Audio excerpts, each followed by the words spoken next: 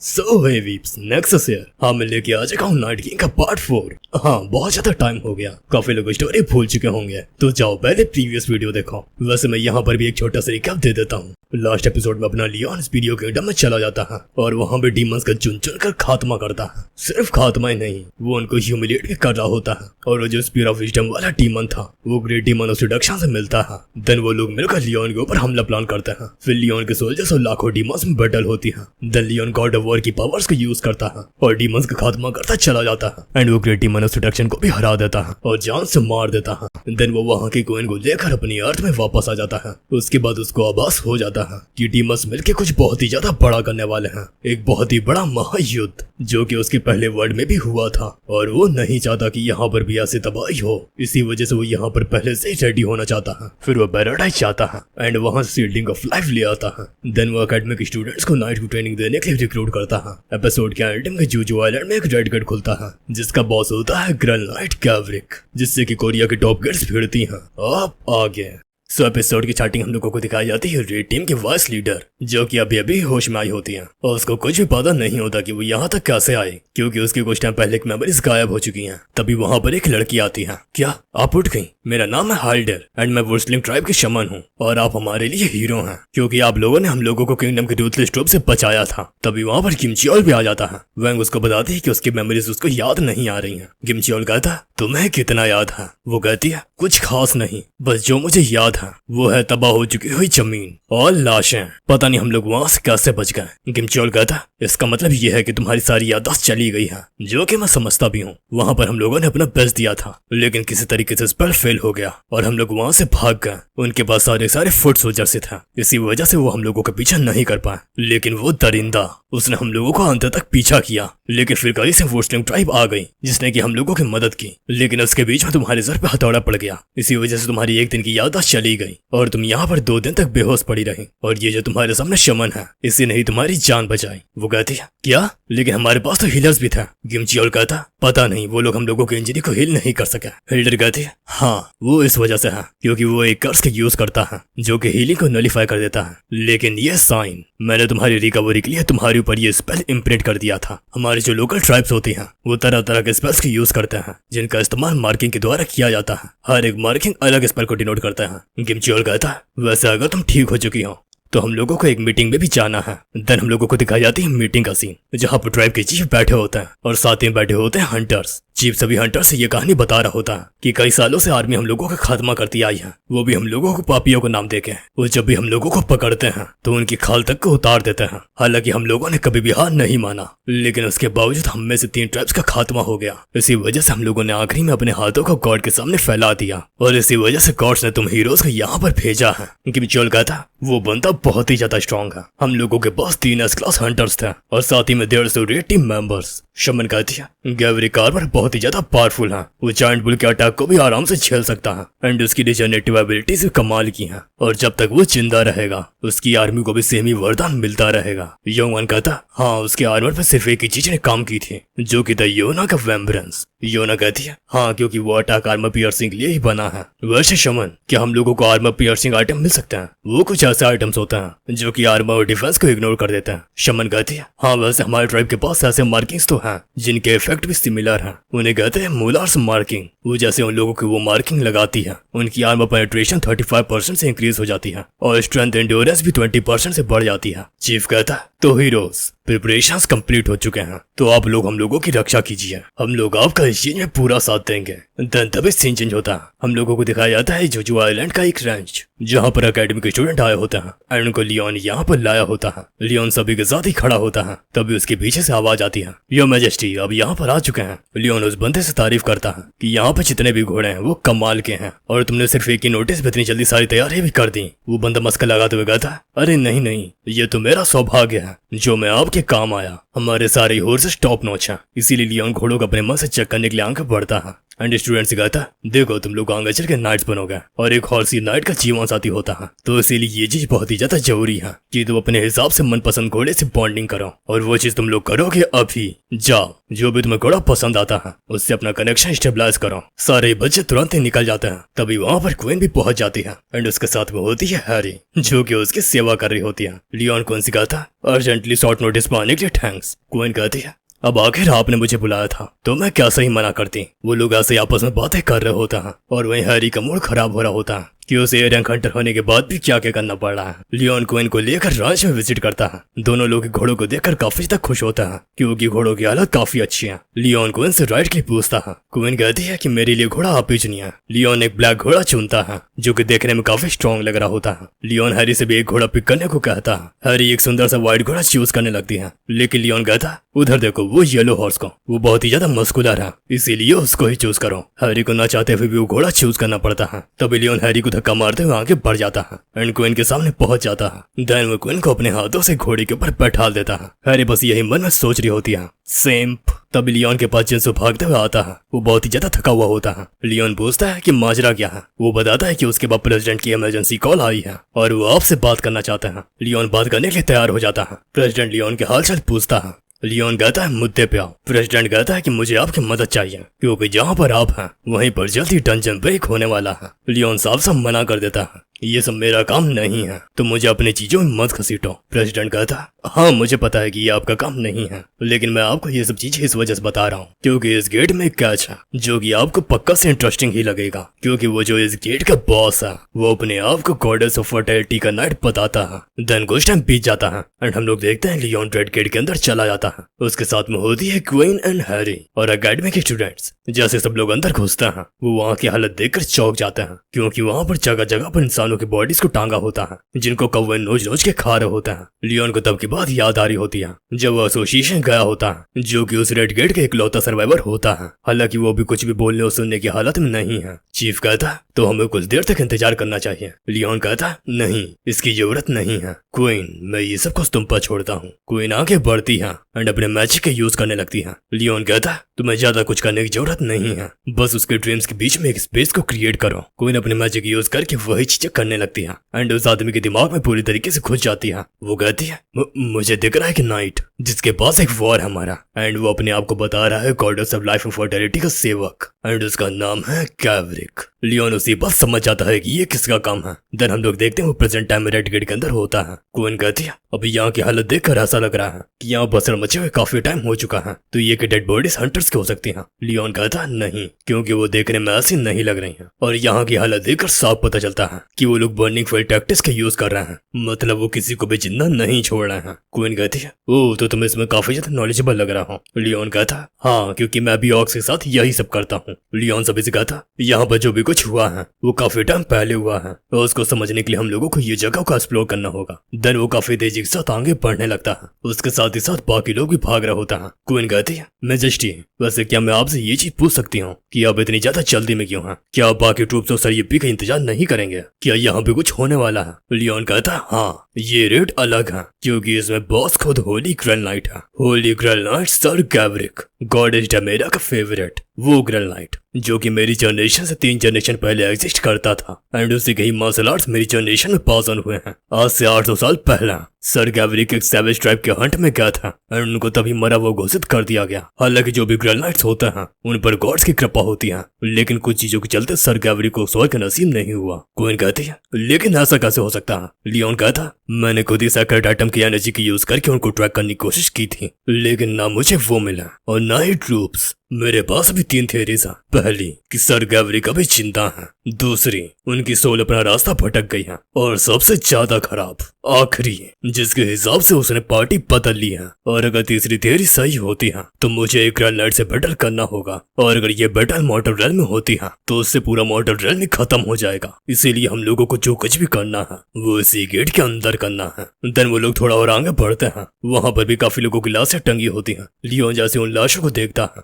उसको काफी ज्यादा गुस्सा आ जाता है। क्या इतनी निर्दयता, ये तो बहुत ज्यादा है, इन निर्दयी पापियों को मरना ही होगा। हैरी ये सब चीजें देखकर खुश हो रही होती है क्योंकि उसको ऐसा लग रहा होता है कि वो लियोन को जितना समझती है वो उतना भी बुरा नहीं है। वो हालांकि थोड़ा अजीब जरूर है लेकिन दिल का बहुत अच्छा है। लियोन कहता हैरी और बाकी के सोल्जर्स सब लोग कान खोलकर सुनो, अभी के बाद से जो भी कुछ होता है उससे फर्क नहीं पड़ता, बस तुम लोगों को मुझे फॉलो करना है। अपनी आंखों और दिमाग पे भरोसा मत करना, बस मैं जितना इंस्ट्रक्शन देता हूँ उसको फॉलो करना। सब लोग उसकी बात मान जाते हैं। लियोन सभी को लेकर आगे निकल जाता है क्योंकि उसको ऐसा लग रहा होता है कि उनकी मंजिल ज्यादा दूर नहीं है। और ऐसा ही होता है। थोड़ी दूर पे एक विलेज होता है। वहाँ पे सोल्जर्स ट्राइब्स को हंट कर रहे होता है। उन लोगों के अंदर उनके लिए बिल्कुल भी ध्यान नहीं होती है। फिर चाहे उनका जेंडर जो भी हो, एज कितनी भी हो, उससे फर्क नहीं पड़ता। वो लोग किसी को भी जिंदा नहीं छोड़ रहे होता। लियोन भी उस विलेज के पास पहुंच जाता है एंड जब वो आसपास का नजारा देखता है तो उसके गुस्से का ठिकाना नहीं रहता। वो गुस्से में बहुत जोर जोर से चिल्ला रहा होता है। देर वो वहाँ से ये कह के भाग जाता है, हमारे साथी मुश्किल में है, स्टैलियन चार्ज करो। हैरी लियोन को देखकर खुश हो रही होती है क्योंकि उसको ये देखकर अच्छा लग रहा होता है कि लियोन इस अत्याचार के खिलाफ खड़ा हो रहा है। और उसने लियोन को इतने गुस्से में आखिरी बार तब देखा था जब वो ऑक्स से मिला था। एक सेकंड, क्या ऑक्स? नहीं, ऐसा नहीं हो सकता। हम लोग देखते हैं सोल्जर्स के साथ ट्राइब्समैन की फाइट हो रही होती है। तभी वहाँ पर लियोन अपने स्पीयर को हाथ में लेकर पहुंच जाता है एंड बहुत ही ज्यादा गुस्से में अटैक कर देता है। Glory to the lion Heart, मैं तुम में से सबको ही मार दूंगा। हैरी ये देखकर चौंक जाती है कि लियोन सोल्जर्स को नहीं मार रहा है बल्कि वो जिसको मार रहा है वो है ट्राइब्समैन। पलक झपकते ही लियोन काफी सारे ट्राइब्समैन को मार देता है एंड उसका स्पीयर खून से लथपथ होता है। लियोन कहता, तुम घिनौने कीड़ों, मैं तुम सभी का नामो निशान मिटा दूंगा। देन वो अपने स्पीयर को एक बंदे की छाती में काट देता है। चलो अब अगला शिकार। हैरी के साथ ही में जितने भी स्टूडेंट होते हैं वो सभी लोग लियोन की हरकतों को देखकर चौंक जाते हैं। हैरी बिल्कुल भी इस बात में भरोसा नहीं कर पा रही होती कि लियोन मासूमों को मार रहा है। वो अपनी तलवार को पकड़ती है और लियोन को रोकने के बारे में सोच रही होती है, लेकिन इससे पहले कि हैरी कुछ भी गलत कदम उठा पाती, क्वीन इसको अपने मैजिक से ट्रैप कर देती है। मिस हैरी रुको, मैजेस्टी में भरोसा रखो। वो कुछ भी बिना सोचे समझे नहीं करता। अभी भी वो अपने काबू में ही है। हम लोग देखते हैं लियोन को जो कि बहुत ही ज्यादा बेकाबू होता है और पागलों के तरीके सबको मारता जा रहा होता है। वो बिल्कुल साइको बन जाता है। हैरी कहती है, पक्का ना वो अपने काबू में ही है? विन कहती है, हाँ वो थोड़े से एक्साइटेड जरूर हो गए हैं लेकिन सब कुछ ठीक ही जाएगा। उन सब के पास भी कोई चॉइस नहीं होती क्योंकि वो चाहने के बाद भी लियोन को नहीं रोक सकता। और उनके कुछ कदम न उठाने का एक और रीजन है कि ये जितने भी लोग मर रहे हैं वो रियल नहीं है बल्कि वो फेक हैं,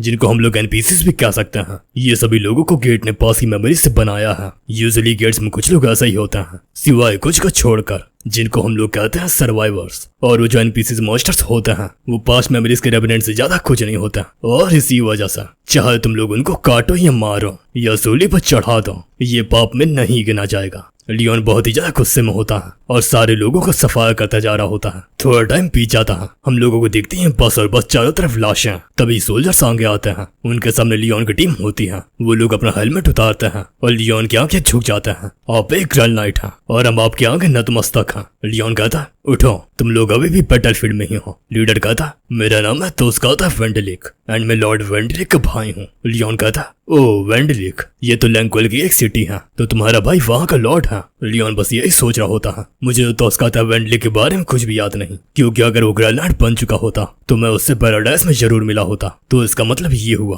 कि ये अपने मिशन में फेल हो गया और वो जिस रेड में मरा होगा वो यही रेड है। इसी वजह से मैं इनमें से किसी भी नाइट को नहीं पहचान पा रहा हूँ, क्योंकि इनमें से कोई भी अपना नाम हिस्ट्री में दर्ज करवाने में कामयाब नहीं हो पाया। लियोन कहता, मैं हूँ लियोन ड्रैगोनिया लायनहार्ट। मैं ड्रैगोनिया का लॉर्ड हूँ और लायनहार्ट का ओनर। मुझे goddess of light and justice Ariana ने अपॉइंट किया है। वो ये सब देखकर चौंक जाता है। क्या कहीं आप मजाक तो नहीं कर रहे हैं? लियोन कहता, मजाक? हाँ, आखिर तुम ही बताओ कि कौन सा नाइट अपने आप को किंग ऑफ लायनहार्ट कहेगा। सब लोग ये चीज समझ रहे होते हैं कि उसको लियोन की बातों पर भरोसा क्यों नहीं हो रहा है, क्योंकि वो लोग जिस टाइम में थे उस एरा में लायनहार्ट का किंग कोई और था, लेकिन वो बंदा लियोन का भरोसा कर लेता है। लियोन कहता, नाइट्स, जहाँ तक मुझे पता है तुम यहाँ पर बारबेरियंस को रेड करने आए हो, और अगर मैं सही हूँ तो वो जो तुम्हारा वॉर नाइट है वो है great knight of life and fertility, sir Kavrik. वो बंदा कहता, हाँ आपने बिल्कुल सही कहा। लियोन कहता, तो बताओ वो कहाँ पर है? मैं उनसे जल्द से जल्द मिलना चाहता हूँ। वो लोग बताते हैं कि सर गैवरिक बारबेरियन से लड़ने गए हैं और वो जल्द ही सारे दुष्टों को खत्म कर देंगे। लियोन सोच रहा होता है, मैं समझ गया हूँ। सर गैवरिक के साथ इसी बैटल में कुछ अनर्थ हो जाता है।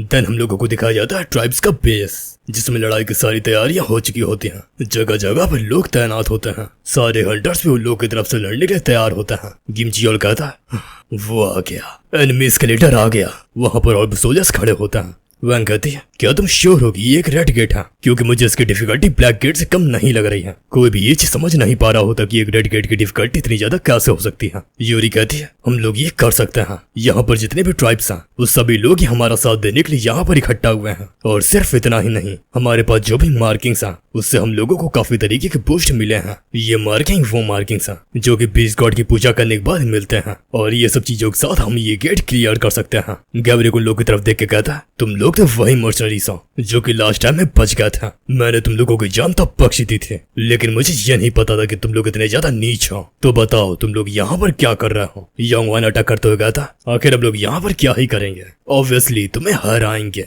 गैवरिक उस समय कहता मैं तुम लोगों को आखिरी चांस दे रहा हूँ, अपने हथियार टाल दो और यहाँ से दफा हो जाओ, क्योंकि तुम लोगों ने अभी उतना भी बड़ा पाप नहीं किया है कि मैं तुम्हारी जान ले लूं। यंग वन कहता क्या पाप, तुम खुद इतने लोगों को मार चुके हो और मारने के बाद लटका भी दिया, क्या यही जस्टिस है। तुम लोगों ने औरतों और बच्चों को भी नहीं छोड़ा और तुम पाप की बात करते हो। गैवरिक कहता मैं गैवरिक, मैंने आज तक कुछ भी ऐसा काम नहीं किया जिसमें मुझे शर्मिंदा होना पड़े। मैंने जो भी कुछ किया है वो बस न्याय है, और अब तुमने भी अपनी सीमा लांघ दी है तो तुम्हें डिवाइन पनिशमेंट जरूर मिलेगी। उसकी पावर्स देख सब लोगों की फटने लगती है, क्योंकि चारों तरफ ग्रीन ऑरा फैल चुका होता है। यंग वन सभी लोगों को अपना गार्ड अप करने को कहता है, क्योंकि उसको डर है कि अब कुछ बड़ा होने वाला है। देखते ही देखते पूरे आसमान में बहुत सारा ऑरा फैल जाता है और एक बहुत बड़ी एनर्जी बॉल दिखने लगती है। हम लोग देखते हैं वहाँ पर जितने भी नाइट्स होते हैं वो अपनी पावर स्क्रैल नाइट को दे रहे होते हैं। ये सब देखकर बिल्कुल वैसा लग रहा होता है जैसे ड्रैगन बॉल में स्पिरिट बॉम्ब। गैवरिक के हैमर में बहुत ही ज्यादा इमेंस पावर इकट्ठा हो चुकी होती है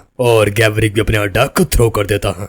गॉड्स की महिमा को स्वीकार करो और अपने घुटने टेक दो। उसका अटैक बहुत ही ज्यादा बड़ा होता है जो कि अर्थ की ओर बढ़ रहा होता है, और जैसे उसका अटैक कनेक्ट होता है तो जमीन ठर्रा जाती है, और जब हम लोग जमीन का हाल देखते हैं तो वहाँ पर बहुत बड़ा इम्पैक्ट होता है। हर तरीके के गॉड का डिवाइन लॉ अलग तरीके से काम करता है, एंड वो जो गॉडेस ऑफ फर्टिलिटी का डिवाइन लॉ होता है वो अर्थ को डिस्ट्रॉय करने की ताकत रखता है। उस अटैक की वजह से तहलका मच चुका होता है, मेजॉरिटी लोग मर चुके होते हैं और कुछ गिने चुने ही लोग बचे होते हैं, जिनमें से होते हैं हमारे हंटर्स। लेकिन उनकी भी हालत खराब होती है, क्योंकि अब उनको पता लग गया है कि इन लोगों ने गलत बंदे से पंगा ले लिया। वो एक ऐसा मॉन्स्टर है जिसने सिर्फ अपने एक ही अटैक से 3000 ट्राइबल वॉरियर्स को भस्म कर दिया, और ये सिर्फ हंटर्स की खुशनसीबी ही थी कि उनकी जान बच गई। वो लोग भी ये चीज समझ जाते हैं कि क्या हम लोगों को अपनी आंखों पे भरोसा नहीं हो रहा है, क्या वो इंसान ही है। हम लोग इसके सामने बिल्कुल नहीं जीत सकते। किंगडम के नाइट्स भी लगातार आगे बढ़ रहे होता है और ट्राइबल वॉरियर्स को मारते जा रहे होता है। सारे ट्राइब्समैन भी हार नहीं मानता, उन लोगों को घेर लो,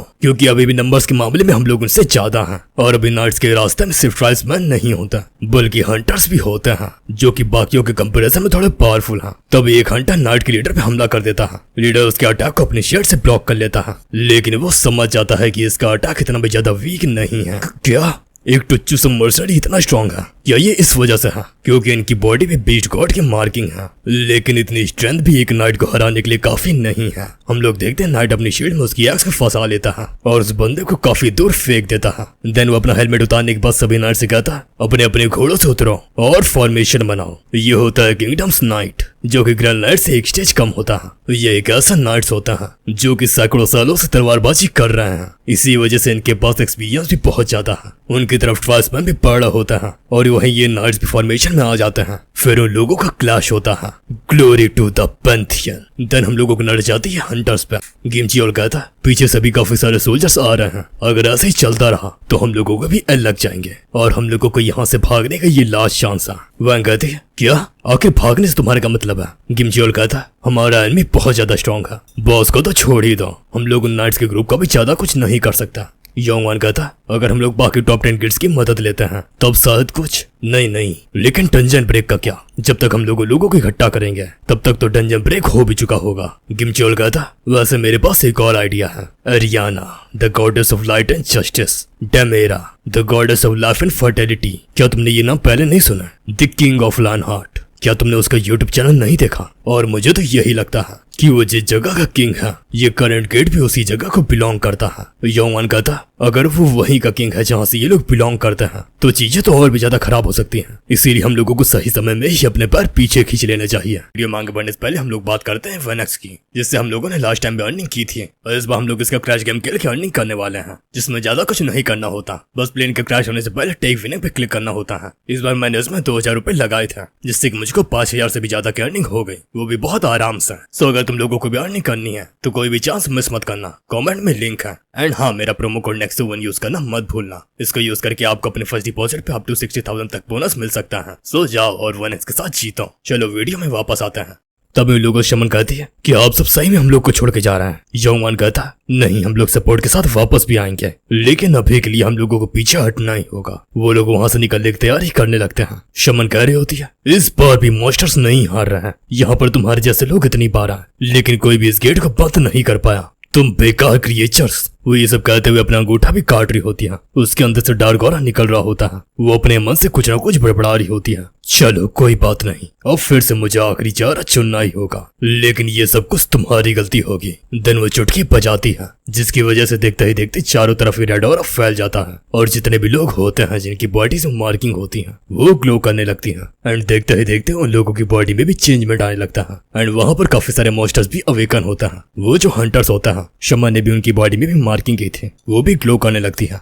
हंटर्स उसको रेजिस्ट कर रहा होता है। शमन कहती है अब रेजिस्ट करने का बिल्कुल भी फायदा नहीं है, हालांकि ये मार्किंग अभी भी नहीं है, लेकिन फिर भी अभी के लिए ये इतनी काफी होंगी। देन वो सभी हंटर्स को ऑर्डर देती है सभी नाइट्स को मार दो। सारे हंटर्स बीस्ट गॉड के कब्जे में होता है, जिसकी वजह से उन लोगों की अपनी बॉडी और माइंड के ऊपर बिल्कुल भी कंट्रोल नहीं होता और मार्किंग की वजह से उनकी स्ट्रेंथ भी काफी ज्यादा बढ़ गई होती है। सारे हंटर्स रश कर देते हैं एंड उनका टारगेट होता है गैवरिक। गैवरिक उनको देख लेता है, लेकिन किम चियोल तब तक उसके पास पहुंच जाता है और उसके ऊपर अटैक कर देता है। गैवरिक अपनी शील्ड से उसके अटैक को ब्लॉक कर लेता है। तुम हरामखोरों, तुमने उसकी मार्किंग ली, अब तुम लोगों की एक ही वीकनेस है, वो स्किन जहाँ पे मार्किंग हुई है, मुझे उसको हटाना होगा। किम चियोल बिल्कुल भी होल्ड बैक नहीं करता, वो अपनी पूरी ताकत लगा के एक जोरदार अटैक करता है और उतनी ही देर में गैवरिक के पीछे वैन और यूरी भी आ जाती हैं, जो कि उसके ऊपर अटैक कर देती हैं। गैवरिक उनके अटैक से बचने के लिए हवा में जंप कर देता है, लेकिन तभी उसके पास एक फायर की एरो आती है जो कि उसके कनेक्ट भी हो जाती है, जिसकी वजह से वहां पे ब्लास्ट होता है और ये एरो चलाई होती है योंगवान ने। हम लोग देखते हैं इतनी सारी टीम वर्क की वजह से गैवरिक की भी हालत थोड़ी खस्ती होने लगती है। वो पहले वाले अटैक में वैसे ही अपनी काफी सारी स्ट्रेंथ यूज कर चुका था, जिसकी वजह से उसका स्टैमिना भी जवाब देने लगा। वो सोच रहा होता ये सिचुएशन बिल्कुल भी अच्छी नहीं है, मुझे सर्वाइवर्स को किंगडम में वापस भेजना होगा, फिर चाहे उसके लिए मुझे अपनी जान तक दांव पे क्यों ना लगानी पड़े। सारी हंटर्स उसकी ओर बढ़ रहा होता है। गैवरिक कहता आ जाओ कीड़ों। चारों ही हंटर्स उसकी ओर रश कर देते हैं। उनका अटैक गैवरिक के कनेक्टिव होने वाला होता है। तभी वहां किसी की आवाज आती है glory to the lion Heart. And तभी वहां पे काफी जोर का अटैक आता है, जिसका इम्पैक्ट बहुत ज्यादा होता है। चारों ही हंटर्स काफी दूर जाके गिरते हैं। जब धुआं छटता है हम देखते हैं ये होता है अपना लियोन। वो गैवरिक से कहता मैं हूँ the king of the lion heart, Leon Dragonia lion heart. Then हम लोग देखते हैं क्वीन को, जो कि आसमान की ऊंचाइयों में होती है और वो फॉर्मर किंग के आर्टिफैक्ट का यूज कर रही होती है। वो कहती है मैजेस्टी ने मेरे हाथों में लगाम को पकड़ा दिया और खुद डायरेक्टली फाइट में कूद गया। मैंने उनसे यही एक्सपेक्ट किया था। हम लोग को दिखा जाता तब हुआ क्या था। लियोन उस टाइम बहुत ज्यादा गुस्से में था। वो चूहे, अगर तुम उन लोगों को मारते भी रहते हो और उनके नंबर्स को कम भी कर देते हो, उसके बाद वो अपने नंबर्स को किसी तरीके से बढ़ा ही लेते हैं। वो एक्चुअली में जस्टिफिकेशन दे रहा होता है कि यहाँ पर जगह जगह पर लोगों को लटका कर उनकी खाल क्यों उधेड़ी गई है। हैरी कहती है लेकिन फिर भी बच्चों के साथ ऐसा नहीं करना चाहिए। लियोन कहता तो ये बताओ तुम्हें क्या लगता है, क्या किंगडम के नाइट्स चूतियां हैं? वो लोग उनकी खाल इस वजह से उधेड़ते हैं क्योंकि उनकी मार्किंग को मिटाने का सिर्फ यही तरीका है। क्या मार्किंग? हाँ, वो सिंबल्स। वो बीस्ट गॉड को बिलोंग करता है। अगर किसी भी मॉर्टर के पास ये मार्किंग आती है और वो उसकी पावर्स का यूज करता है तो धीरे धीरे उसकी सोल छीड़ होती जाती है। हैरी कहती है क्या? तो ये तो बिल्कुल डीमंस की तरह है। लियोन कहता सुनो, अपने दिमाग में एक बात अच्छे से डाल लो, वो जो तुम्हारे दिमाग में ह्यूमन राइट्स के आइडियाज वगैरह घुसे हुए हैं उनका इस क्रूअल फाइट में कोई भी काम नहीं है। इस फाइट में हम लोगों को जिन चीजों की जरूरत है वो है ट्रूथ और एब्सोल्यूट जस्टिस। देन हम लोग देखते हैं क्वीन को, जो कि स्टैलियन के ऊपर बैठकर उड़ रही होती है। उसको अपने रास्ते में काफी सारे मॉन्स्टर्स दिखते हैं, तो वो भी अपनी ड्यूटी निभाने के लिए उनकी ओर बढ़ने लगती है। हवा में काफी सारे मैजिकल सिंबल्स बन जाते हैं और क्वीन उन मॉन्स्टर्स पे अटैक कर देती है। देन हम लोग देखते हैं लियोन को, जिसके पीछे ग्रैंड नाइट गैवरिक खड़ा होता है। लियोन उसको देखकर सोच रहा होता है, हालांकि इस होली ग्रैंड नाइट ने अटैक जरूर किया था, लेकिन उसके बाद भी एनिमी की मार्किंग खत्म नहीं हुई। इसका मतलब ये है कि सर गैवरिक के डिवाइन लॉ में कोई प्रॉब्लम है। वो कहता है, डमेरा के ग्रैंड नाइट, हम लोगों को ये सभी चीजें खत्म करनी होंगी, लेकिन उससे पहले हमें इन बेवकूफों को होश मिलाना होगा। मैं हूँ the king of the lion Heart and मैं यहाँ पर तुम लोगों को स्वर्ग में ले जाने आया हूँ। वो होली ग्रेल निकाल लेता है, जिसको देखकर गैवरिक चौंक जाता है। क्या आखिर होली ग्रेल इनके पास कैसा? तभी लियोन अपने डिवाइन लॉ का यूज करता है। Great divine law, brilliant light. देखते ही देखते चारों तरफ इमेंस डिवाइन लाइट फैल जाती है, किसी को भी कुछ भी नजर नहीं आ रहा होता। और देखते ही देखते जितने भी नाइट्स होते हैं, सभी लोगों की इंजरीज हील हो जाती है। सिर्फ इंजरीज ही नहीं, काफी लोगों के हाथ पैर भी कटे होते हैं, जो कि अभी विद इन अ सेकंड वापस उगाते हैं। और साथ ही में हंटर्स की बॉडी के ऊपर बीस्ट गॉड की मार्किंग भी मिटने लगती है। हालांकि सभी हंटर्स को बहुत ज्यादा दर्द हो रहा होता है, लेकिन अब वो सारे अपने होश में हैं। तभी गैवरिक को भी डेमेरा की आवाज आती है, मेरे बच्चे, द लॉस्ट नाइट, जाओ और किंग ऑफ नाइट्स की मदद करो। गैवरिक ये चीज सुनते ही अपने हथियार उठाकर तुरंत ही लड़ने के लिए तैयार हो जाता है, क्योंकि उसके लिए डेमेरा की हुक्म इस सराखों पर है। लियोन कहता, मैं काफी खुश हूँ कि हम दोनों एक ही बैटलफील्ड में खड़े हैं। गैवरिक कहता, मैं आप एक ही तरफ से लड़ूंगा। लियोन कहता, उधर देखो, सारे डेड बीस्ट एक ही जगह पर इकट्ठा हो रहे हैं और एक कॉमन होस्ट बना रहे हैं। ये सब कर रही होती है शमन, वो भी बहुत ज्यादा गुस्से में होती है एंड सोच रही होती है, अभी तक हम लोगों को एक आधे ही ग्रैंड नाइट्स लड़ना पड़ता था, जिसकी सोल भी बंधी हुई थी, और ऊपर से ये कौन है? महान आयरन बियर। मैं आपको सारे सेवकों की बलि देती हूँ। वो बियर भी गुस्से में चिल्ला रहा होता है, लायन हार्ट, मैं तुम्हें कच्चा चबा जाऊंगा। वहाँ पे काफी सारे और बड़े बड़े बीस्ट भी आ जाते हैं। क्वीन कहती है, मैं आपके लिए रास्ता खोलती हूँ, एंड वो अपने ऊपर एक काफी बड़ा सा पोर्टल बना लेती है। देन वो एक अटैक को करती है, डेथ आई, जिसकी वजह से उस पोर्टल में से काफी इमेंस एनर्जी बीम निकलती है, एंड उसके रास्ते में जितनी चीजें आ रही होती हैं, वो सभी को राख में मिलाती जा रही होती है। और देखते ही देखते सारे बीस्ट खत्म हो जाते हैं, सिवाय ग्रेट बीस्ट को छोड़कर। वो भी जख्मी होता है एंड कह रहा होता है, लायन हार्ट, तुम वापस से। लियोन आगे बढ़ते हुए कहता, सुनो मेरे भाइयों बहनों, ग्लोरियस नाइट्स और लॉयल सोल्जर्स, अब पापियों के अंत का समय आ चुका है।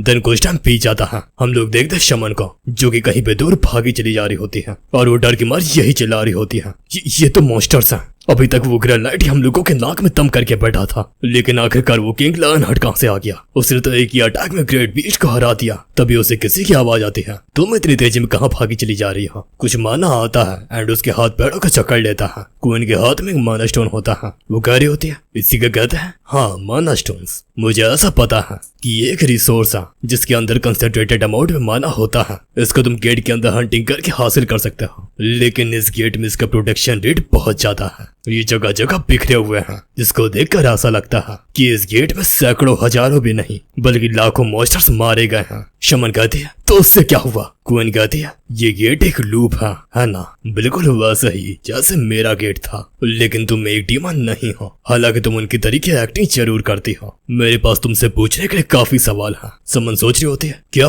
कहीं से पता तो नहीं चल गया कि मैं एनपीसी नहीं हूँ? क्वीन अपनी पावर ऑफ करप्शन को यूज करते हुए कहती है, वैसे ये वो पावर नहीं है जिसको मैं यूज करना पसंद करती हूँ, लेकिन अभी मैं ये मौका हाथ से नहीं जाने देना चाहती। क्वीन की पावर की वजह से समन धीरे धीरे सीड्यूस होने लगती है। मास्टर, तभी उसके अंदर से एक डीमन निकलता है, जो कि कहता, तुमने मुझे वापस से निराश किया। क्या तुम्हें ये भी पल्ले नहीं पड़ रहा है कि तुम्हारा असली मास्टर कौन है? ये एक्चुअली में होता है बीस्ट गॉड। वही क्वीन भी अपनी पावर्स की यूज करके शमन को लगातार सीड्यूस कर रही होती है। तुम्हारी स्लेव वो मेरी है, तो अब बताओ तुम क्या करोगे? बीस्ट गॉड बहुत ज्यादा गुस्सा होने लगता है, जिसकी वजह से वहाँ पर डायमेंशनल क्रैक आने लगते हैं। शमन कहती है, बीस्ट गॉड यहाँ पर आ रहे हैं। हालांकि ये उनकी ट्रू फॉर्म नहीं है, लेकिन फिर भी अभी अगर वो यहाँ पर आ गए तो फिर ये गेट। देन तभी सीन चेंज होता है लियोन एंड गैवरिक पे, जो कि खड़े होकर एक दूसरे से बात ही कर रहे होता है। तभी वहाँ भी डायमेंशन में क्रैक आने लगता है और एक आवाज आती है, लायन हार्ट, मैं तुम्हें कच्चा चबा जाऊंगा। ये होता है बीस्ट गॉड। लियोन पूछता, तो क्या हम लोग उसको यहाँ पर आने से रोक सकते हैं? और वो ये चीज पूछ रहा होता है शमन से,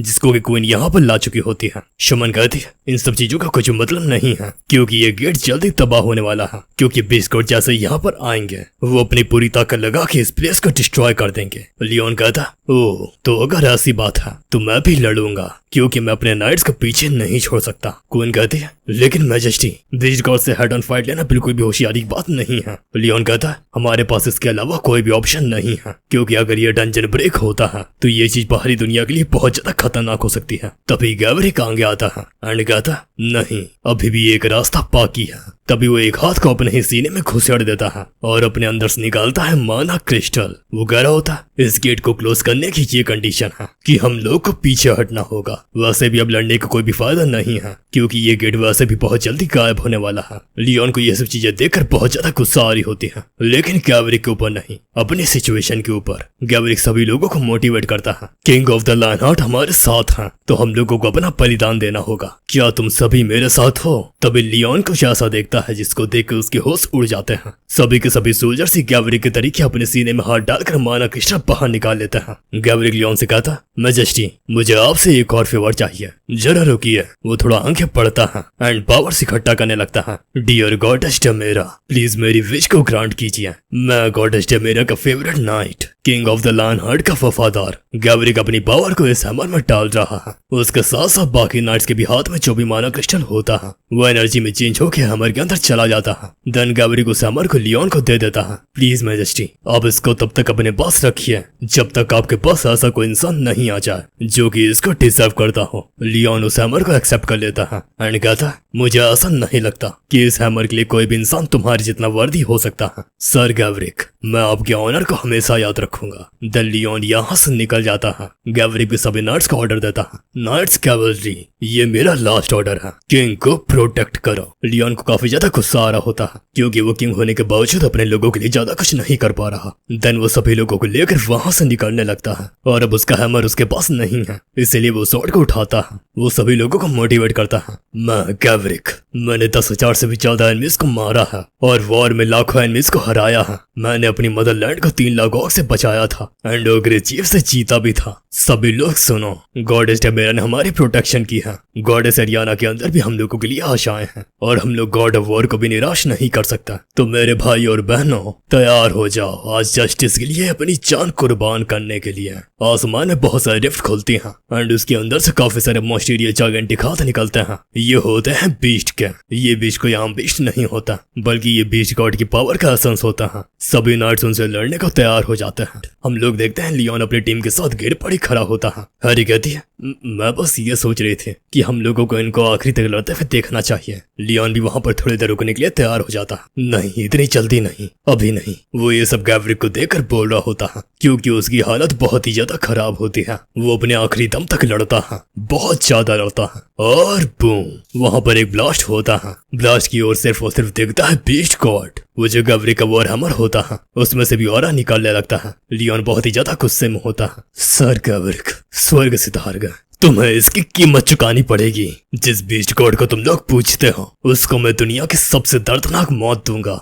लेकिन अभी सब लोग वापस चलो। सभी लोग गेट के अंदर से अर्थ के लिए निकल जाते हैं और लियोन जाते जाते कह रहा होता है मैं आज का दिन अच्छे से याद रखूंगा। लियोन ने जो भी वर्ड्स कहे हैं वो उनको अपने एक्शन से सही सिद्ध करेगा। देन कुछ टाइम बीत जाता है। हम लोग देखते हैं लियोन को जो कि ट्रेनिंग कर रहा होता है। वो काफी घंटों से ट्रेनिंग कर रहा होता है एंड उसके दिमाग में उसकी 5 मेमोरीज भी चल रही होती है जिसमें वो थक चुका होता है। एंड अभी भी वो कहता है मैं थक गया। अगर मैं ऐसे हजारों डीमंस भी मार लूं फिर भी मुझे थकावट नहीं लगती थी। सो अब क्यों? हाँ, यही वजह है। मैं समझ गया। मुझे इस चीज का डर लग रहा है कि मैं सब कुछ खो ना दूं। फिर से मैं उस फ्यूचर से डर रहा हूँ जहाँ मुझे वापस फिर से अकेले ही लड़ना पड़ेगा। लेकिन ये समय ये सब सोचने का नहीं है। मुझे सारा बोझ अपने कंधों पर ही उठाना पड़ेगा, क्योंकि ये एक ऐसी इकलौती चीज है जिसको मैं बांट नहीं सकता। तभी वहाँ पे हैरी आ जाती है। लियोन कहता तुम यहाँ पर इस टाइम क्या कर रही हो? क्योंकि इस टाइम तुम ज्यादातर आराम करती हो। हैरी बहुत ही अजीब तरीके से बिहेव कर रही होती है। वो कहती है मुझे ऐसा लगता है कि मुझे मुझे अपनी ट्रेनिंग और भी ज्यादा ध्यान देना चाहिए।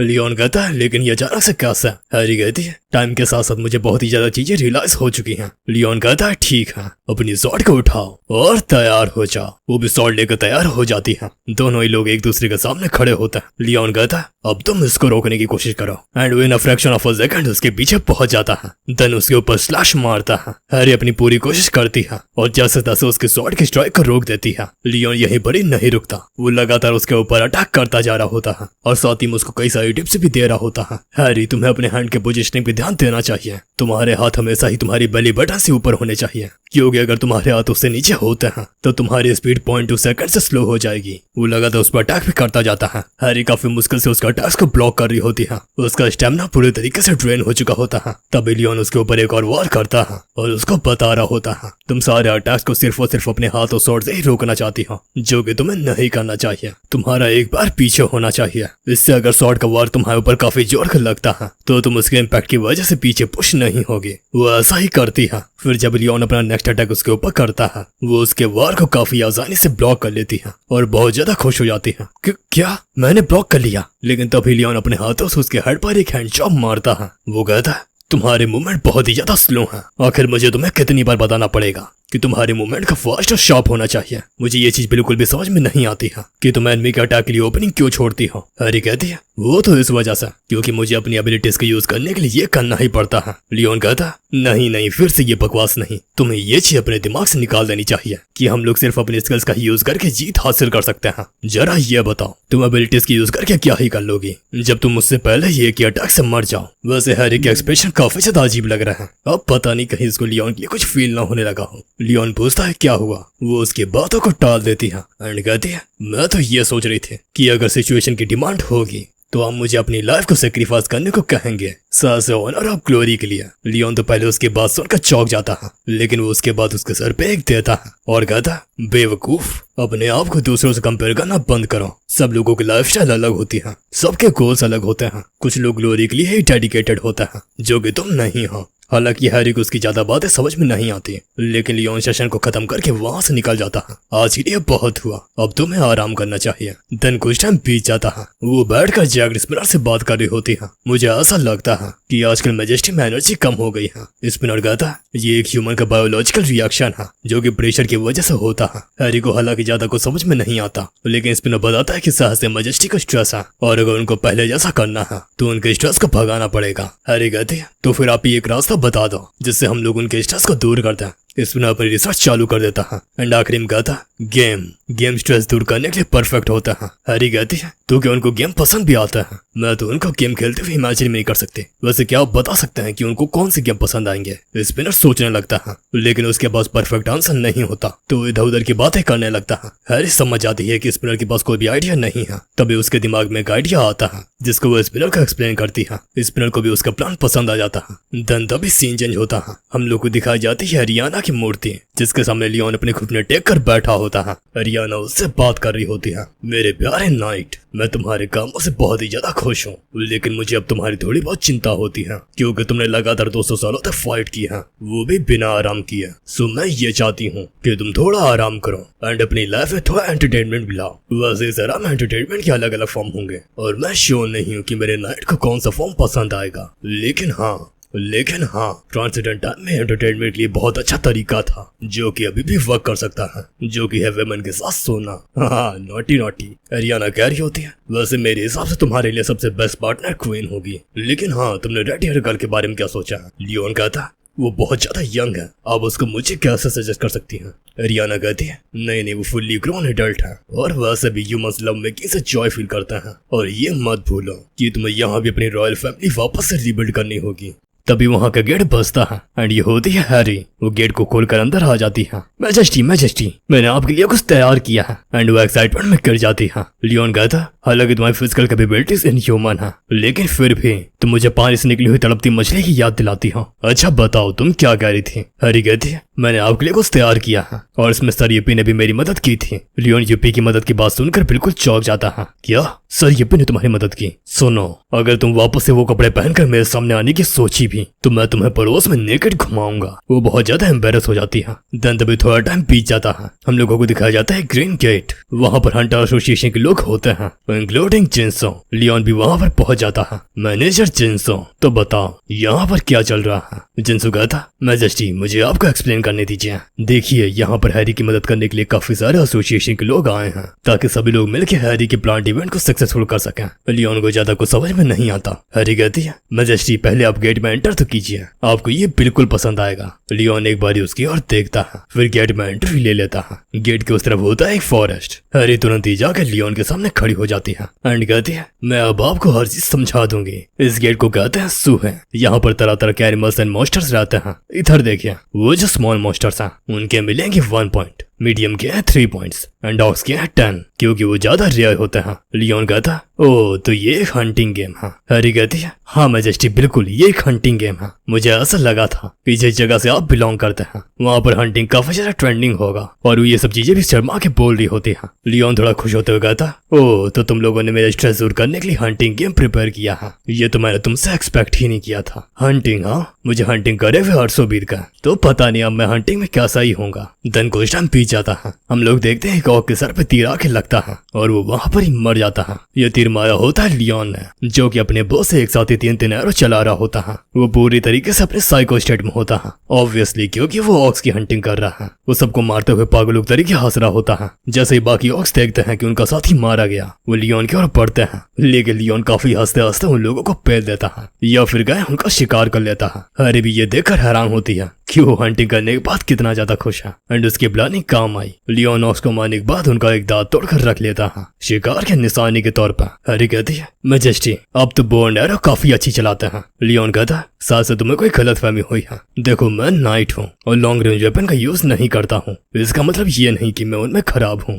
एक्चुअली में वो जो हंटिंग होती है वो नोबल्स की हॉबी होती है और वो जो मिशन नाइट्स होता है उन्हें अपने खाने का इंतजाम खुद ही करना पड़ता है। सो वो लोग हंटिंग करते हैं क्योंकि नाइट्स के पास हंटिंग करने के अलावा कोई चॉइस भी नहीं है। हैरी कहती है, लेकिन आप इसमें बहुत अच्छे हैं। लियोन कहता, हाँ वो तो इस वजह से क्योंकि मैं अपने टाइम पे स्ट्रॉन्गेस्ट चैंपियन के नाम से फेमस था, लेकिन उसके बाद भी मैं पूरी दुनिया का सेकंड मोस्ट एक्सीलेंट हंटर था। हैरी कहती है, आप सेकंड नंबर पे था तो फिर फर्स्ट पे कौन था? कोई और गर्ल नाइट? लियोन कहता, देखो एक्चुअली वो एक गर्ल नाइट तो नहीं थी। हालांकि goddess of moon and hunting का उसके ऊपर हाथ जरूर था, लेकिन वो एक नाइट से ज्यादा हंटर थी एंड वो टेम्पल ऑफ मून की हेड थी। वो थी एक प्रीस्ट्रेस। उसके एरोस मीटियोर्स के तरीके था। अगर वो अपनी फुल स्ट्रेंथ एरोस में यूज करती है तो उसके एरोस आसानी से पहाड़ों तक का चीर सकते हैं।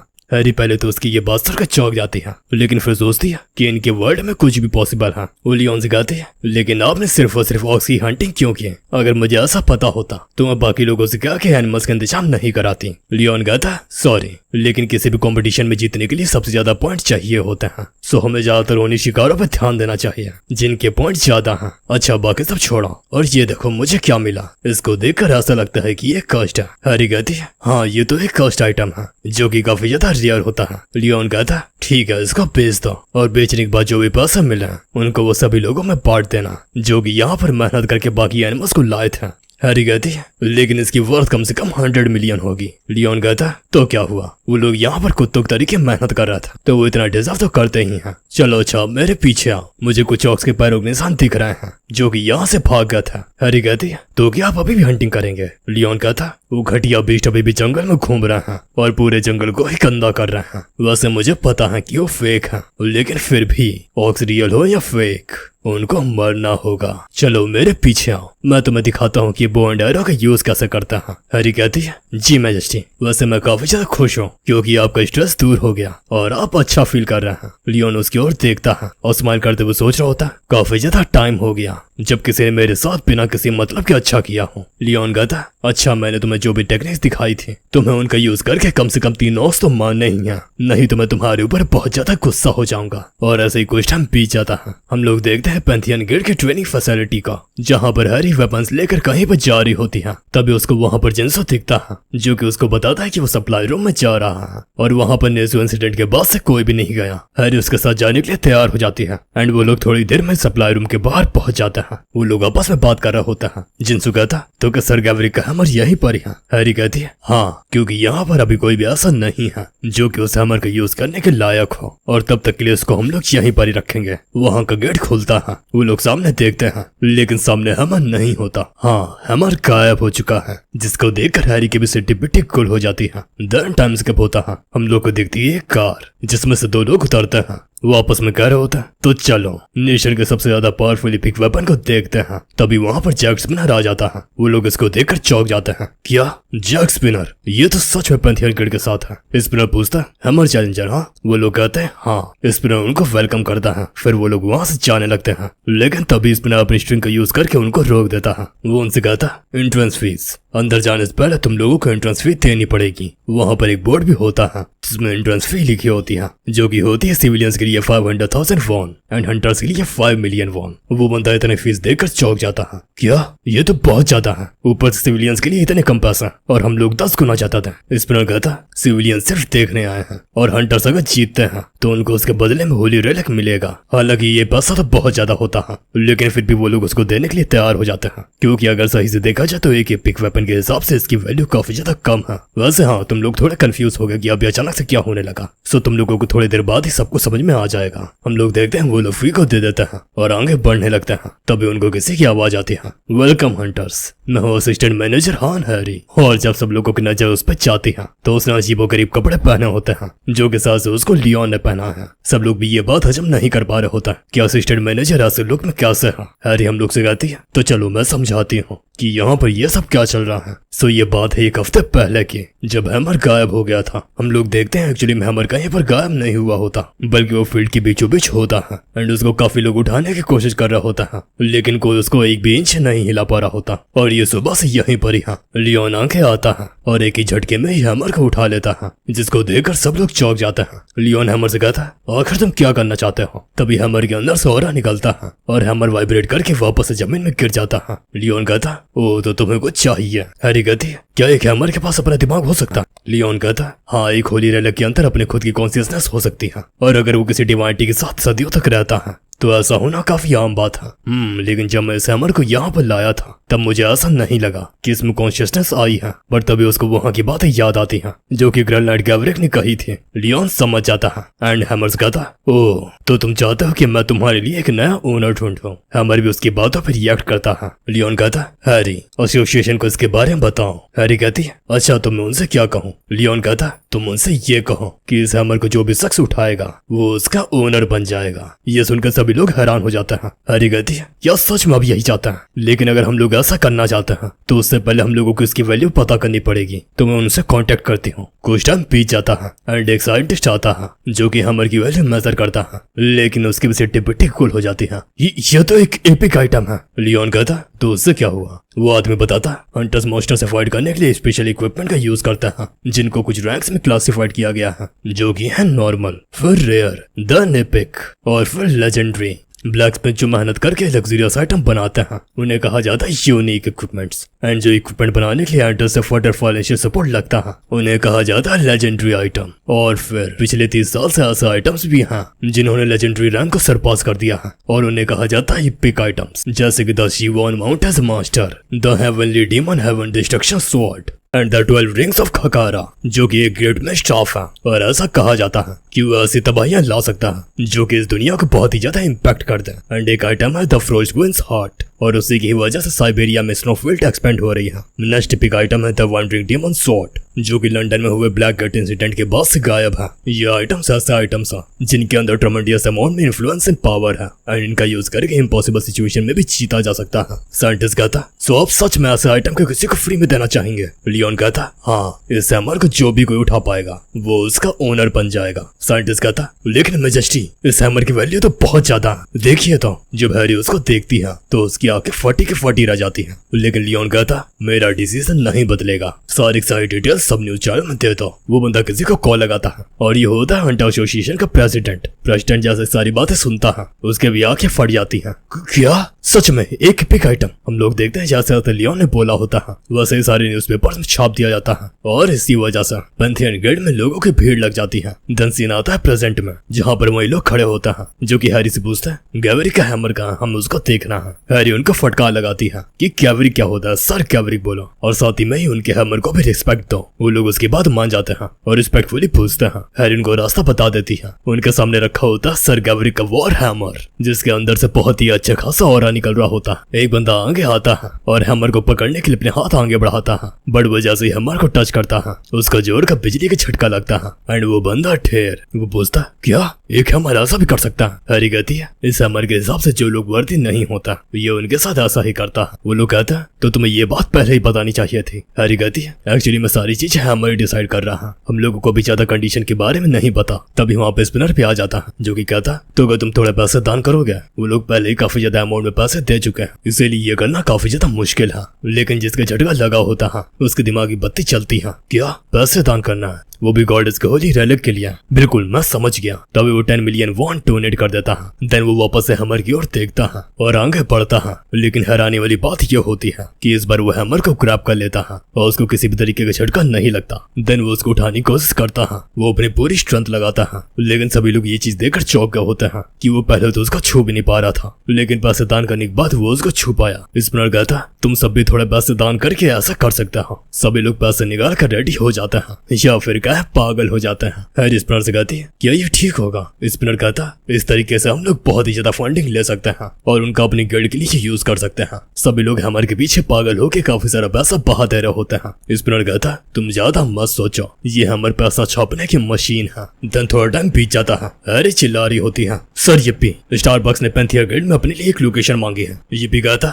उनसे पैसों की डिमांड करो। हम लोग को पता जाता है कि पेंथियर गिल्ड पहले से भी ज्यादा पॉपुलर हो चुकी है, क्योंकि अब यहाँ पर हैमर उठाने के लिए तरह तरह के हंटर्स आया करते हैं और वो जो सिविलियंस यहाँ पर आते हैं उनकी बीमारियां गॉडेस की हीलिंग इफेक्ट की वजह से ठीक हो जाती हैं। और हाँ, इन्हीं सब के चलते सर स्पिनर ने फंडिंग के नाम पे बहुत सारा पैसा इकट्ठा कर लिया है। साथ ही साथ पूरी दुनिया में पेंथियर गिल्ड का फेम एंड इन्फ्लुएंस फैल चुका है और ये सब चीजें सिर्फ एक फैसिलिटी को बनाने के लिए। ये भी हैरी को लेकर उसी फैसिलिटी में गया होता है। ये होती है एक हाई इंटेंसिटी फोर्जिंग फैसिलिटी और वो पूरी फैसिलिटी ह्यूमन टेक्नोलॉजी से बहुत ही ज्यादा हाईटेक होती है। ये भी कहता मेरे डाटाबेस में यही सबसे लो लेवल की फोर्जिंग फैसिलिटी है जिसको मैं ह्यूमन टेक्नोलॉजी का यूज करके बना सकता हूँ। हैरी कहती है सर yippee, आप God of steel and black Smith के ग्रैंड नाइट है ना? yippee कहता है हाँ। हैरी कहती है तो क्या मेरे लिए एक स्वॉर्ड बना सकता है? yippee कहता है नहीं। हैरी कहती है हाँ आप बनाएंगे ही क्यों, क्योंकि मैं तो बाहर ही हूँ। yippee कहता है नहीं, ये रीजन नहीं है। एक्चुअली ये फैसिलिटी अभी कंप्लीट नहीं हुई है। अगर हम लोगों को अपने वेपन्स में एडामेंटाइट का यूज करना है तो उसके लिए अपनी फैसिलिटी को अपग्रेड करना होगा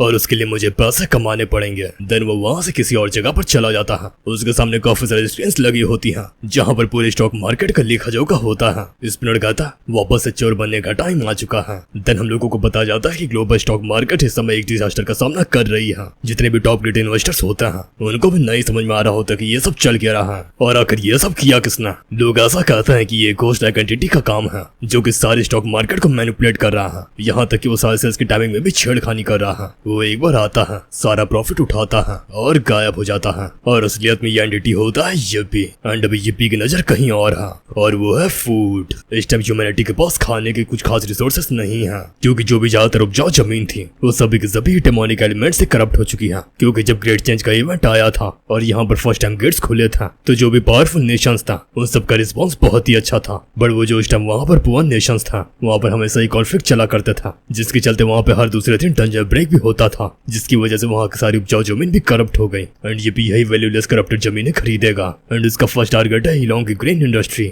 आज से 20 साल पहले जब सिंघाई डिजास्टर आया था तब हीलोंग की लैंड भी बहुत ज्यादा करप्ट हो गई थी एंड yippee ने अब इसी जमीनों को हिस्सा खरीदा है। एंड yippee ने गॉडेस डेमेरा के डिवाइन पावर से ये जमीन प्योरीफाई कर दी, जिससे ये वापस से उपजाऊ बन गई और उसमें भी कुछ टाइम बाद ब्लड ट्राइस कौन निकलेगा, जिससे कि यहाँ पर बहुत ही ज्यादा प्रॉफिटेबल ग्रेन इंडस्ट्री बन जाएगी और बहुत जल्द पेंथियन गिल्ड सारे फूड रिसोर्सेज पर राज करेगी। और इन सब में सिर्फ और सिर्फ एक ही प्रॉब्लम दिख रही है जो कि है घुसपैठ की पॉसिबिलिटी। एंड तभी yippee global politics and war के बारे में काफी ज्यादा लार्ज डेटा कलेक्ट कर लेता है एंड उसको लास्ट में ये समझ में आता है कि कंट्रीज को होशियार लीडर्स की जरूरत है जो कि आपसी वॉर में अपनी रिसोर्सेज वेस्ट नहीं करें। देन थोड़ा टाइम बीत जाता है। हम लोग देखते हैं वो हैरी के साथ कैंटीन में होता है। तभी वहाँ पे एक ब्रेकिंग न्यूज आती है जिसमें कि एक कंट्री झील के बारे में बताया जा रहा होता है जिसकी आर्मी ने वहाँ पे तख्ता पलट कर दिया है। इसको देखकर स्पिनर के अंदर कुछ क्लिक होता है एंड थोड़ा और टाइम बीत जाता है। स्पिनर हैरी से कहता है हैरी सुनो, तुम वो पहली हो जिसको मैं इस चीज के बारे में बता रहा हूँ। मेरे पास एक प्राइवेट इक्विटी है जहाँ पर मैं तुम्हारे एसेट को मैनेज करके उनकी कीमत बढ़ा सकता हूँ एंड मैं तुम्हें ऑफर देता हूँ कि तुम मेरे पास सबसे पहले इन्वेस्ट कर सकती हो। हैरी पहले तो आनाकानी करती है, लेकिन इसके बाद स्पिनर उसको मना लेता है।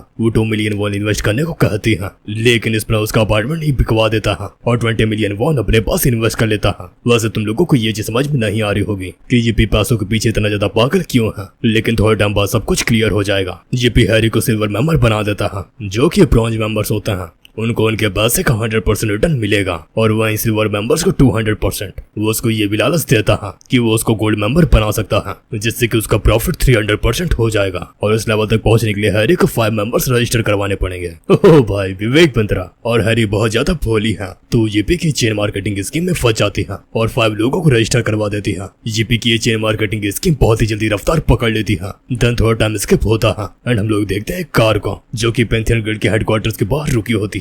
उसके अंदर से कुछ ऑफिशियल्स निकलते हैं जो कि सीधा लियोन के पास जाते हैं एंड बताते हैं कि वो लोग डिस्ट्रिक्ट कोर्ट से हैं, जो कि उनकी प्रॉपर्टी को सीज करने की वार्निंग लेके आए हैं। एंड ये वार्निंग होती है स्पिनर के ऊपर। थोड़ी देर में वहाँ पे सभी लोगों को इकट्ठा कर लिया जाता है। लियोन बहुत ज्यादा गुस्से में बैठा होता है एंड वो पूछता है आखिरकार यहाँ पे क्या चल रहा है। स्पिनर मुंह लटका कर उसके सामने खड़ा होता है। एक्चुअली में यहाँ पे काफी बड़ी भसड़ मच चुकी है, जो की एक भसड़ नहीं है बल्कि 2 भसड़ है। पहली तो यह कि स्पिनर ने पेंथियन गिल्ड की बिल्डिंग को दांव पे लगा के लोन ले लिया था एंड दूसरी यह कि पेंथियन गिल्ड के जितने भी एम्प्लॉयज ने उसके स्कीम में इन्वेस्ट किया था वो सारी इन्वेस्टमेंट बर्बाद हो गई है, जिसकी वजह से सारे एम्प्लॉयज बहुत ही ज्यादा गुस्से में होते हैं। हैरी उसके सामने गिड़गिड़ा रही होती है और बाकी सब लोग भी पैनिक कर रहे होते हैं। लियोन ईपी से पूछता कि कितने पैसे डूब चुके हैं। ईपी कहता 87 crore million phone dam and loss का रेट लगातार बढ़ता ही जा रहा है। जैसे सब लोग इतने लॉस के बारे में सुनते हैं वो बहुत ज्यादा पैनिक करने लगते हैं। एक बंदे के हाथ में ग्रेट डीमन और ब्लेजर का वेपन लग जाता है। वो उसको बेचकर पैसा वसूल करने की सोच रहा होता है,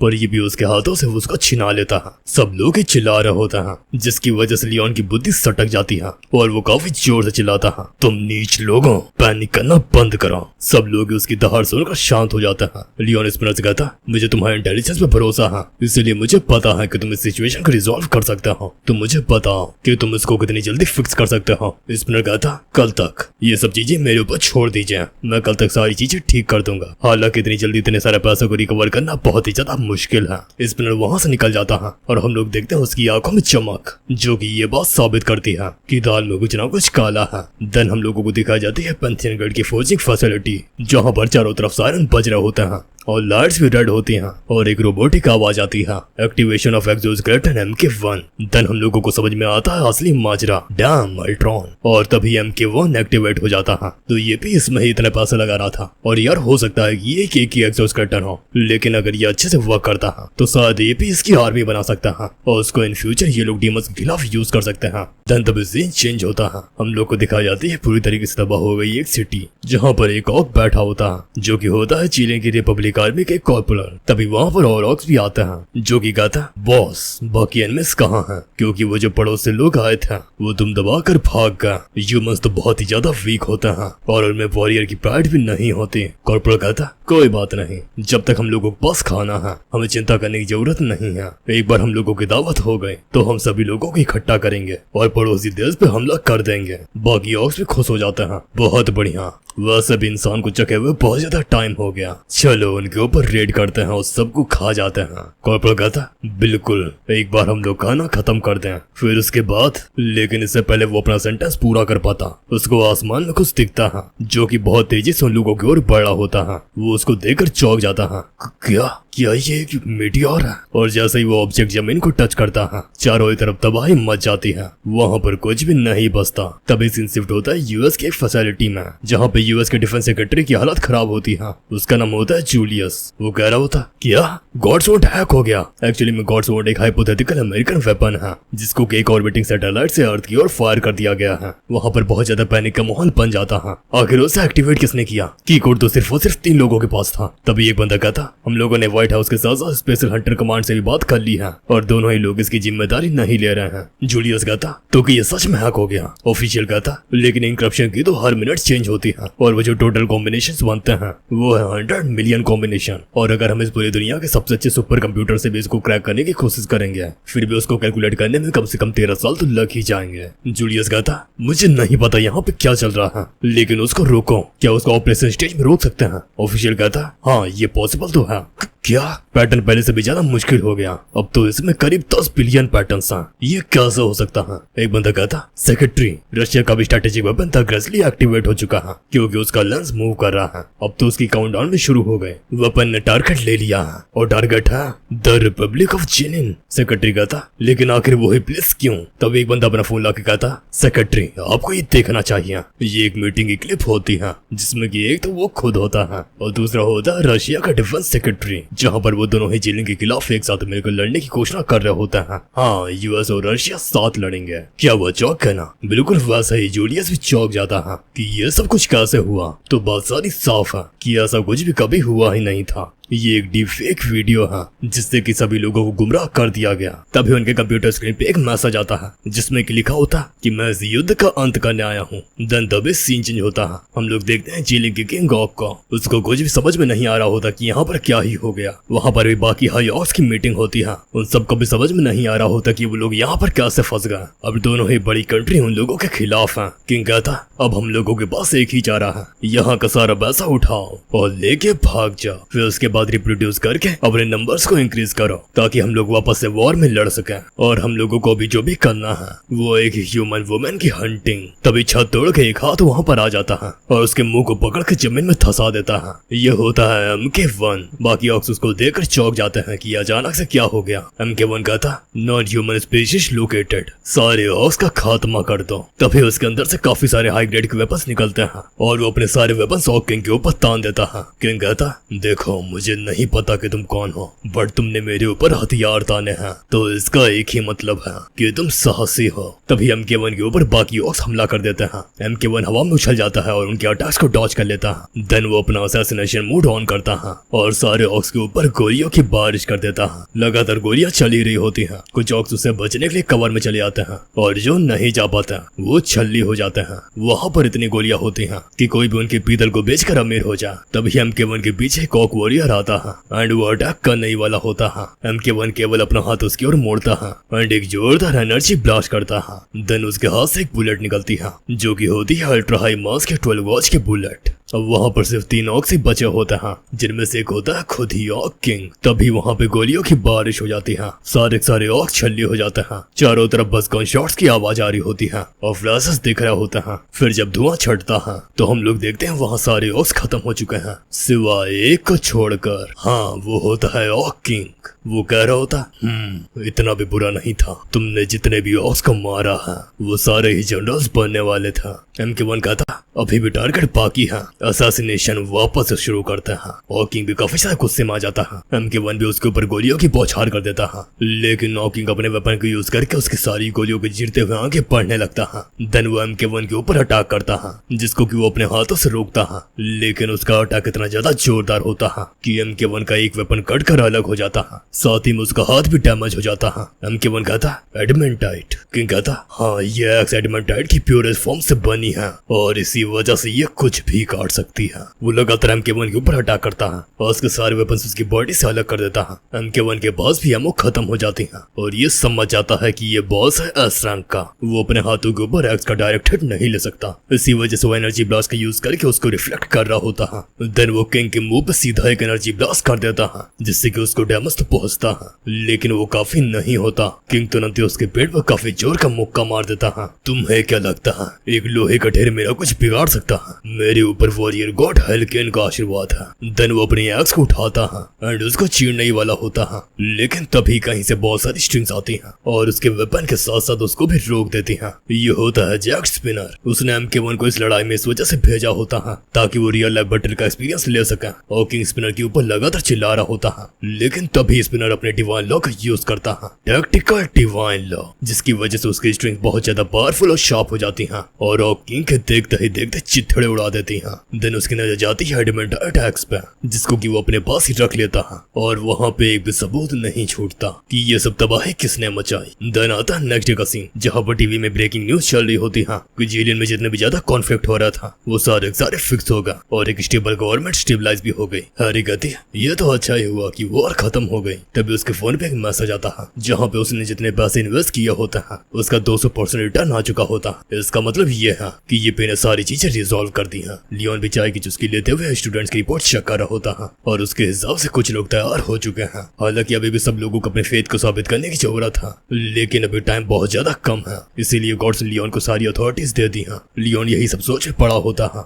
लेकिन तभी उसको कुछ सेंस होता है, क्या हैमर मूव हुआ, लेकिन ये किया किसने होगा। लियोन वहाँ से तुरंत ही बाहर की ओर निकल जाता है और जब वो बाहर आता है वो कुछ बिल्कुल ही अनएक्सपेक्टेड देखता है। ये हैमर को उठाने वाला कोई और नहीं बल्कि होता है डी संग। हाँ, अब डी संग ही बनेगा कैवरी का सक्सेसर। देन तभी अगला दिन का सीन आता है जहाँ पे हम लोगों को दिखाया जाता है कि फील्ड में सारे स्टूडेंट्स इकट्ठा होता है। लियोन ने इन सबको बुलाया होता है। वो कहता आज हम लोग एक नए स्टूडेंट को शामिल करेंगे, अब वो तुम लोगों के साथ ही ट्रेनिंग करेगा एंड फ्यूचर में नाइट का खिताब हासिल करेगा। वो है कोई और नहीं बल्कि डी संग। हम लोग देखते हैं डी संग वहाँ पे हॉर्स राइडिंग करके आया होता है एंड वो सब लोगों को अपना इंट्रोडक्शन देता है। देन तभी सीन चेंज होता है। हम लोग को दिखाई जाती है हंटर एसोसिएशन की बिल्डिंग जहाँ पर प्रेसिडेंट खड़ा होता है एंड कह रहा होता है ड्रैगन प्लेस। हमें पता था कि ये होना ही है और अब वो वक्त आ भी गया। उससे एक ऑफिशियल कहता eastern sea fleet 7 American fleets and Japan की भी self defence forces check in कर चुकी हैं। एक्चुअली ओशन के बीचों बीच एक गेट है जिसे कि ड्रैगन प्लेस कहा जाता है।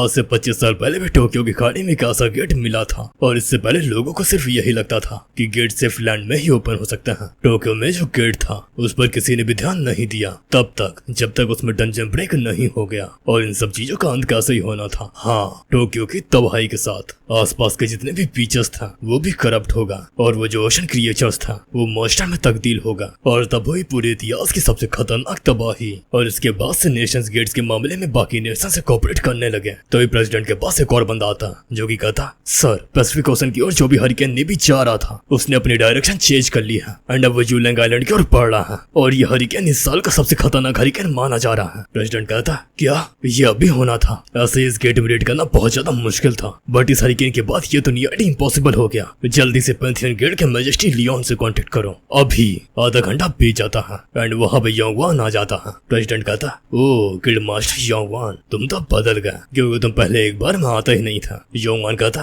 आपने हमारे गिल्ड को क्यों बुलाया? प्रेसिडेंट कहता क्योंकि टाइम बहुत ज्यादा कम है और इतने टाइम में फिनिक्स गिल्ड से अच्छी कोई गिल्ड नहीं मिल सकती और मैं यही चाहता हूँ कि तुम इस रेड में जरूर जाओ। योंगवान को मन ही मन में गुस्सा आ रही होती है कि ये बुढ़ा उसका फोर्स कर रहा है। वो उसे कहता मुझे पता है कि आप हम लोगों को ऐसे ही अकेले नहीं भेजेंगे तो क्या आपके हुक्म का इक्का भी अपना कदम रखेगा? प्रेसिडेंट कहता क्या हुक्म का इक्का? नहीं तुम गलत समझ रहा हो। मैजेस्टी ऐसे पर्सन है जो कि मेरी औकात के बाहर है। योंगवान वहाँ से गुस्सा होके आ जाता है। एक्चुअली में बात ये है कि वो मैजेस्टी से मिलना चाहता है क्योंकि लास्ट टाइम वो उसी की वजह से जूजू आइलैंड की गेट से निकल पाया था। तभी एक बंदा आता है जो कि प्रेसिडेंट से कहता सर वीआईपी आ रहे हैं। तभी प्रेसिडेंट अपने कपड़े ठीक करने लगता है एंड माउथ फ्रेशनर भी यूज करता है। योंगवान तो बिल्कुल चौंक जाता है कि प्रेसिडेंट इतना कुछ कौन सी वीआईपी से मिलने के लिए कर रहे हैं। तभी वहाँ पे एंट्री होती है लियोन की। जैसे लियोन अंदर आता है प्रेसिडेंट उसके सामने अपना सर झुकाते हैं और उसको ग्रीट करते हैं। लियोन कहता आपने मुझे यहाँ पर बुलाया है तो पक्का आपके पास कुछ अच्छा ही रीजन होगा। प्रेसिडेंट कहता बिल्कुल मैजेस्टी इस तरफ चलिए मैं आपको सारी सिचुएशन समझा देता हूँ। प्रेसिडेंट लियोन को सारी बातें समझा देते हैं। लियोन कहता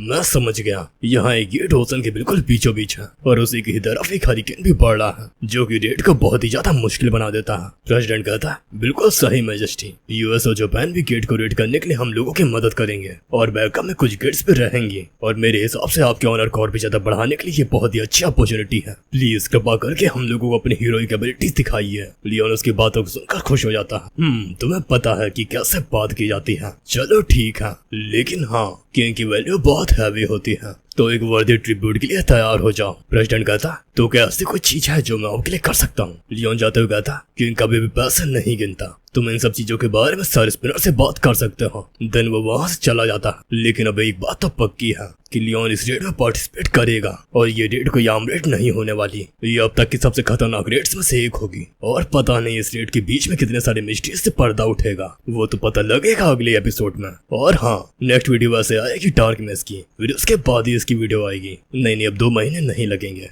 हाँ मतलब कल ही परसों नहीं आ जाएगी, लेकिन हाँ इतना टाइम नहीं लगेगा जितना लगा है। तब तक के लिए 5K लाइक्स एंड 500 कमेंट्स करा देना। तो चलो आज के लिए इतना ही, मिलते हैं नेक्स्ट वीडियो में। You are watching anime Nexus, signing out.